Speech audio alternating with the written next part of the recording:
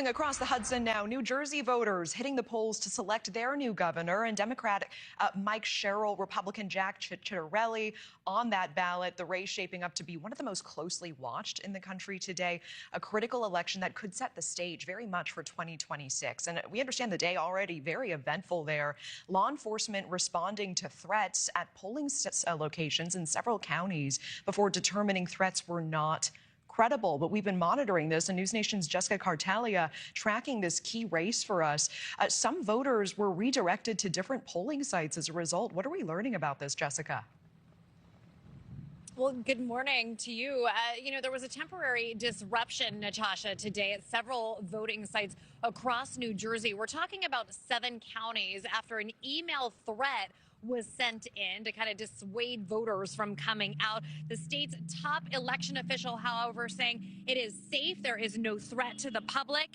The voters should come out. Poll workers are still safe, and that every vote will be cast and counted. State officials say no credible device was ever found, and law enforcement responded very, very quickly to this, redirecting some of those voters and then having to open other sites. But again, all is well. Democratic candidate Mikey Sherrill writing on social, "We will not stand for voter suppression in our state, and I encourage all New Jerseyans to not be deterred as they cast their ballot today."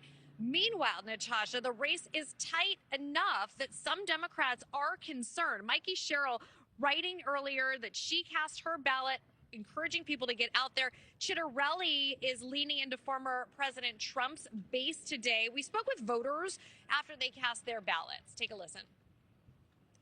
I want a Democrat. I don't want Ciattarelli. I'm a retired teacher, so I'm concerned about my pension, my health care. I'm concerned for people who are still teaching.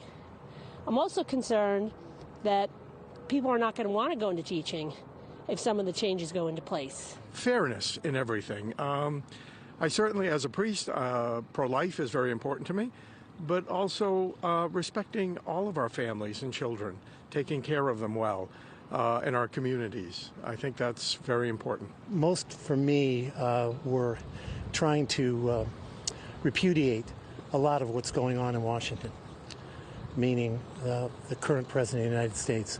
So a lot of my votes were cast in that direction. And of course, this comes a year after President Trump made surprising gains here in New Jersey, with Kamala Harris winning the state with just 6 points, Natasha.